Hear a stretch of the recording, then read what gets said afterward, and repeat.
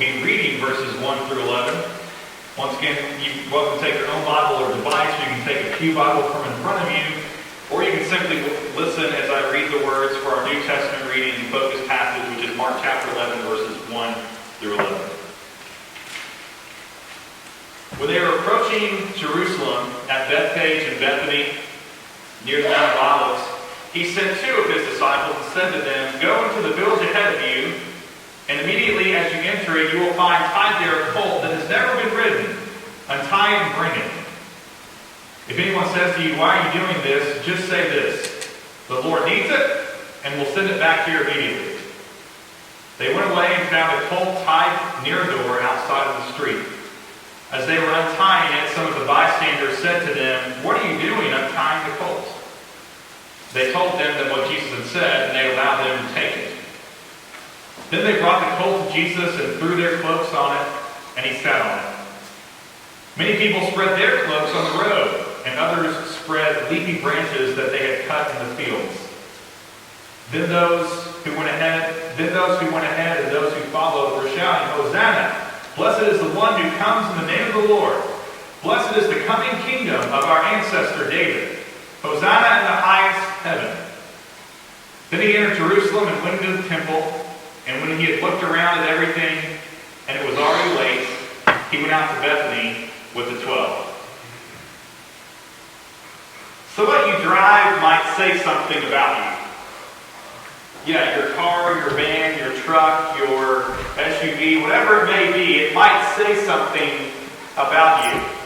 There is a humorous Men's Health article that I found was published last year that talked about what your car says about you. For instance, if you drive a Lincoln, you work in consulting or politics and live in a city. You really love steak and roast chicken, college football, and your religion.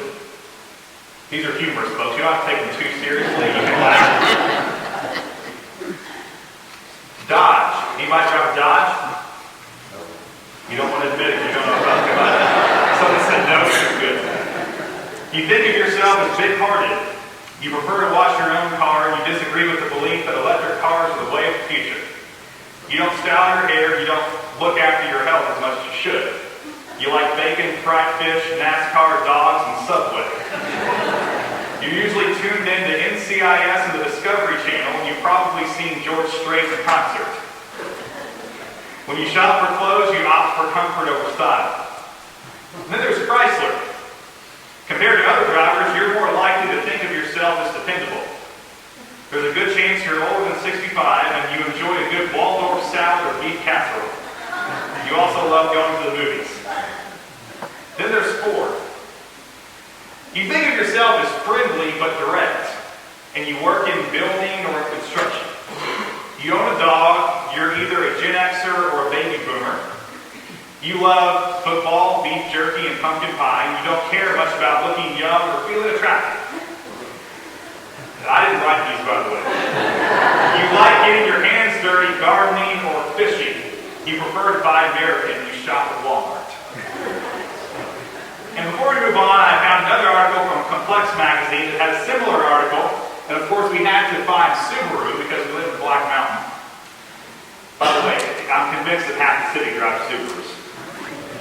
There was just a quote, it wasn't even a description. It said, "Fred, if you wanted to garden yet, we have to make sure it's good to go before we leave for our hiking excursion." That's all it said for Subaru. But for some of us, cars really are just a function or an item to get from point A to point B, aren't they? You said that article's nice, but for me, my car that's really all it is. It's a tool for me to get somewhere that I can't walk to, or perhaps ride my bike to, or perhaps somewhere that public transportation won't take me. But there may be some truth to the notion that a car can say something about you. For instance, a car may say something of your personality. Depending on the color or the style, it might actually say something if you chose that color or style. It may say something about your lifestyle. For instance, if you drive a big, heavy truck, or if you drive a van or a minivan or a Prius or something along those lines, it may say something about you or your lifestyle or what's in your life or what you value. And your car may say something about your pocketbook. It may say something about how much money you have or how much money you don't have. It very well might even not give an indication of either of those things. It may more be a glimpse into your credit. Who knows? A car may tell us a little something about you, potentially what you value with your money, your time, your activity, or your lifestyle. Maybe what you find dependable or trustworthy in a car, maybe a brand that you like or don't like. Today we are together celebrating Palm Sunday, and we're also concluding this series of studying the spiritual disciplines with worship. And a part of our central focus for today is to examine closely what Jesus is writing and what that says about him. In the same way that your car might indicate something about you, the way that Jesus rides into Jerusalem says a whole lot about him. And in our worship, in this spiritual discipline of worship that we take part in right now as a church family, or that we take part in our lives when we seek to have a connection and give praise to God, we affirm several truths, a couple of which we affirm that the king riding on a donkey or a colt is worthy of our praise. And we affirm that our lifestyle is oriented towards the king that rides the donkey. And so we're going to look at a little more deeply at those claims today for this Palm Sunday, but also talking about what it means to worship as a discipline. What it means to intentionally take part in the act of worship, which is the final spiritual discipline we will be looking at. We look at today's scripture, and Jesus commands two of his disciples to go and pick up his brand new ride. Jesus is going to ride something new. He tells them to go find a donkey that has never been ridden before. And so the disciples go and they get that donkey and they bring it back to Jerusalem. And so of all the things Jesus, the Savior of the world, could have chosen to ride, he chose donkey. He chose donkey that's never been ridden before. And that actually says a little something about what's to come. Because when you ride an animal that has never been ridden before, it's kind of risky. You never know what might be coming down the road. I don't know if any of you have tried to ride a horse for the first time or for its first riding or any other animal, whatever it may be. I don't know what all you choose to ride. But it's kind of risky knowing that you're getting on an animal that has never been ridden before. And for Jesus to get on this donkey that has never been ridden means that in this act of riding into Jerusalem on a donkey that we do not know anything about, we also should anticipate that the events of the coming week are totally beyond our expectations and beyond our wildest dreams and beyond what we can expect.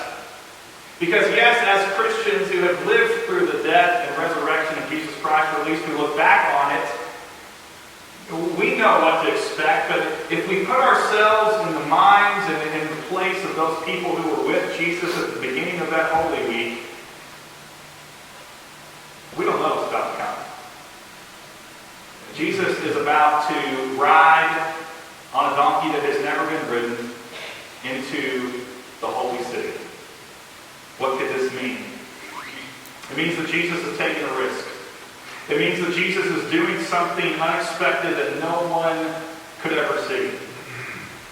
But there is something very explicit, or maybe implicit, depending on how you look at it, about what Jesus does by riding this donkey into the city gates. You see, what Jesus is doing, riding this donkey in, is not entirely unheard of or unexpected for a king. In fact, scholars tell us that probably on the other side of the city, at the great big gates of the city, that the king or royalty would have ridden into Jerusalem through the gates on a horse that was adorned with all kinds of robes and jewels, and would have had servants around him. People would have been waving palm branches and throwing their coats on the ground for that king. That's how royalty rides into the city. And so Jesus, by riding a donkey, perhaps on the other side of town, into the city, while at the same time the king or some other royalty may have ridden in on the other side, was a very politically motivated act.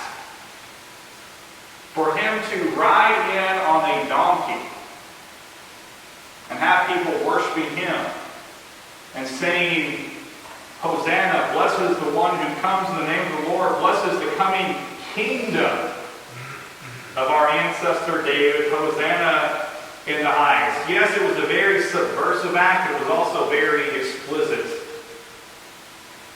in saying a king is riding into the holy city, but not the king that you're accustomed to.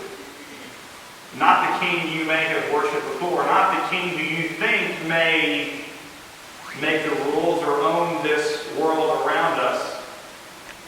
It was Jesus who was the true King of Kings, saying he was the opposite of the earthly king that would have ridden in on the other side of town.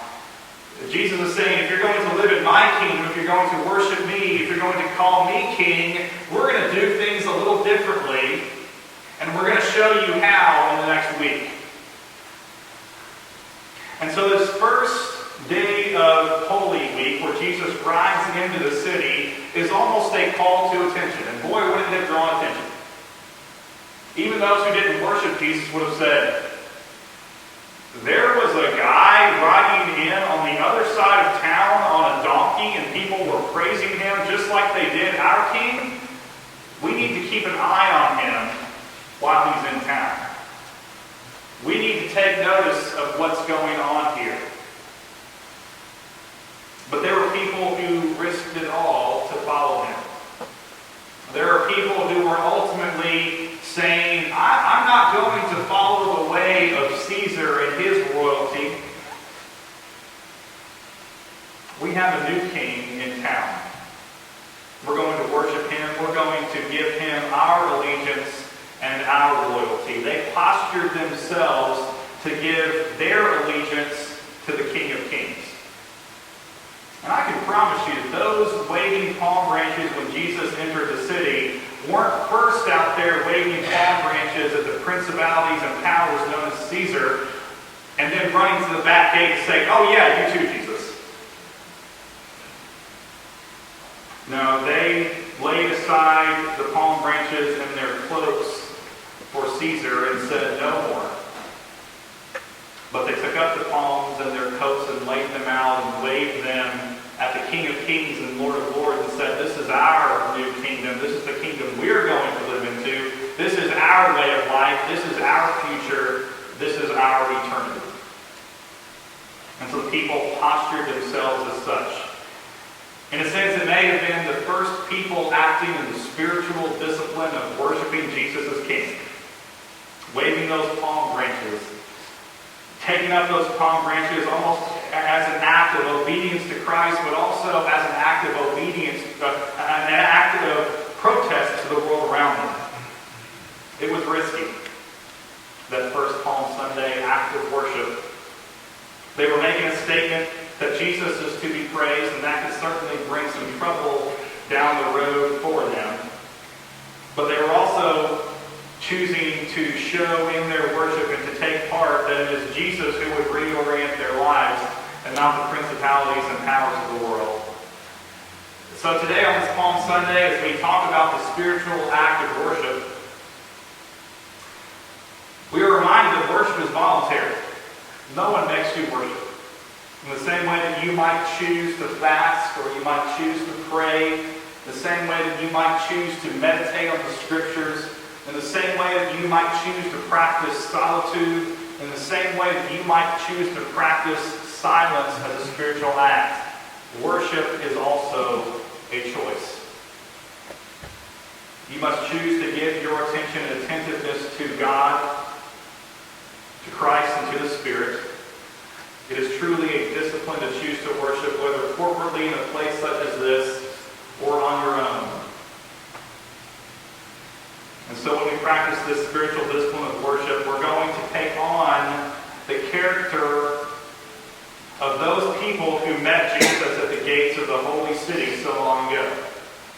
As we choose to worship, we are choosing to take up our palm branches. We are choosing to lay down our cloaks at the foot of Jesus as he rides in on the donkey, and we are affirming the statement that Jesus is making while riding into the city on that donkey. And so here's what we are going to do.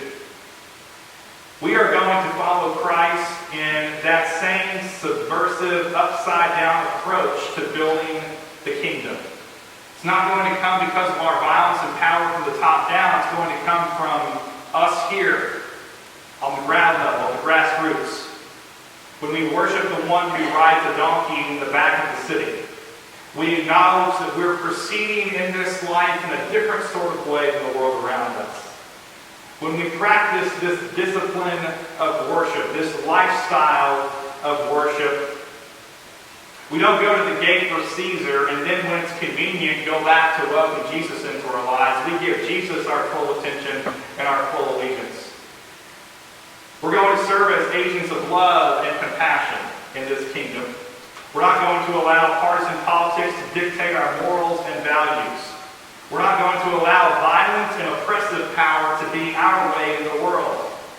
And instead of, as a church, propping up the principalities and the powers of this world, we're going to seek out the least of these among us and offer grace and love and compassion.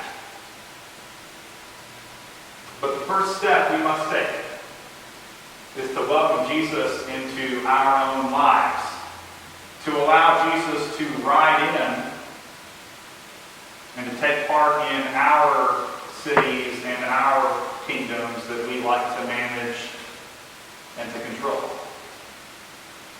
Like Jesus riding into Jerusalem, we must also allow Jesus to ride into our lives and to shake us up.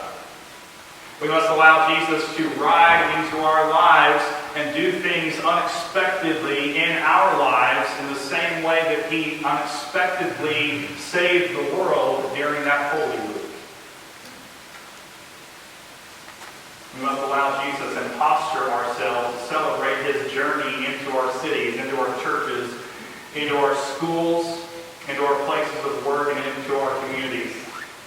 We must celebrate and anticipate the ruckus he's going to cause in our lives, the ways he's going to shake us from our comforts. You see, Jesus doesn't enter Jerusalem as a mere formality. Jesus' entrance into Jerusalem is his first step into a changed world.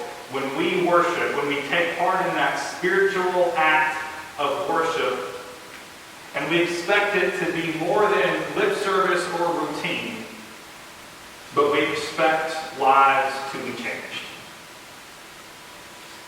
Jesus rides into our lives. Jesus rides into our churches. When we allow that to happen, when we make the proclamation that Jesus has come into our church, when we make the proclamation that Jesus is Lord of Lords and King of Kings, and that we submit to him fully, and that he has the totality of our allegiance, people in our sin should turn an eye. They should turn their head and look at us and say, there's something about the way those people ride. There's something about the way those people get around. There's something about their style. There's something about the way they travel, the way they move. There's something about the neighborhoods they choose to go into that says something about their values. There's something about the way they speak to one another and speak to us that says something about the love in their hearts. And we believe in faith that because we are obedient to Christ, and that kind of love and grace and compassion is changing the world and renewing the world around us, that when the world truly sees this love and grace and compassion, they will want to be a part of it. And so we have a Holy Week to celebrate. We have the coming week to share with others and to make explicit what it means to be a Christ follower. We have next week to share with people what it means to worship the King of Kings. We have the next week to share with people and to celebrate and to affirm our love for one another and to take the Lord's Supper together this Thursday. To show what it means to be a people unified by the love of Christ. We have an opportunity on Friday, when people hear this term Good Friday, to explain what that means and why on earth we would even call it something like Good Friday. And then 1 week from today, we have the opportunity to share with people the meaning of the empty tomb. And what it means that the world around us is bursting forth into new life and that new creation is coming forth in our communities. And you are a part of it. And so my challenge to you today, beginning today, allow Jesus to ride into your lives. Allow Jesus to ride in, to affirm the Savior that rides in on the donkey, subversively speaking out and protesting the principalities and powers of this world, and allow grace and love and compassion to be the rule of the kingdom, to be a rule of your kingdom, because we follow the King of Kings and Lord of Lords. Let's be a part of the building of God's kingdom this week as we prepare for Resurrection Sunday.